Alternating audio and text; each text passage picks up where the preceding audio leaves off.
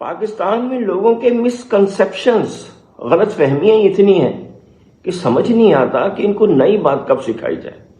مثال کے طور پہ آپ ان سے ملیے، ایک اور تصویر دیکھیے، یہ لیجیے، ایک اور دیکھ لیجیے، یہ ہے عریبین مانیٹر لیزرڈ۔ یہ ہے وہ موصوف جن کے بارے میں رسول اللہ صلی اللہ علیہ وسلم نے فرمایا کہ وہ حضرت ابراہیم کی آگ پہ پھونک مار رہے تھے اور اس کو مارو اور پہلی ہی سٹرائک میں مار دو،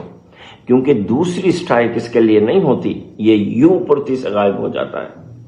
تو کیوں رسول اللہ صلی اللہ علیہ وسلم نے لیزرڈز کو اب مارنے کو کہا، جبکہ وہ غلطی ایک اس لیزرڈ نے کی تھی، اور رسول اللہ صلی اللہ علیہ وسلم جبکہ رحمت للعالمین ہیں، انہوں نے تو اپنے چچا کے قاتلوں کو معاف کر دیا تھا۔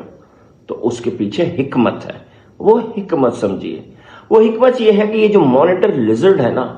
یہ انسانوں کے لیے بہت نقصان دہ ہے، اور اس وقت بائی دی وے یہ ہو بھی بہت زیادہ گئی تھی، انسانوں کے گھروں میں ہر جگہ گھومتی پھرتی تھی۔ اس کے کیا نقصانات ہیں میں آپ کو گناتا ہوں۔ ایک تو یہ بیکٹیریا پھیلاتی ہے، اس کی باڈی کے اوپر بیکٹیریا ہوتا ہے کہ اگر یہ گھروں میں آ جائے نا تو یہ وہ بیکٹیریا پھیلا دیتی ہے۔ پھر یہ انڈے کھا جاتی تھی مرغیوں کے، مرغیاں کھا جاتی تھی، لوگوں کے دودھ میں منہ مارتی تھی، اس کو زہر آلودہ کر دیتی تھی، کھانے میں منہ مارتی تھی، اس کو زہر آلودہ کر دیتی تھی، یہاں تک کہ یہ بکری کے بچے اٹھا کے لے جاتی تھی، اور کچھ واقعات ایسے ہیں کہ یہ انسان کا بچہ اٹھا کے لے گئی۔ اس کو وجہ بنا کے رسول اللہ صلی اللہ علیہ وسلم نے وہ ریفرنس بنا کے ہمیں اس کو مارنے کا حکم دیا تھا، کیونکہ یہ انسان کے لیے نقصان دہ تھی۔ اور وہ جو چھوٹی سی چھپکلی جس کے پیچھے ہم پاکستانی پڑے رہتے ہیں نا،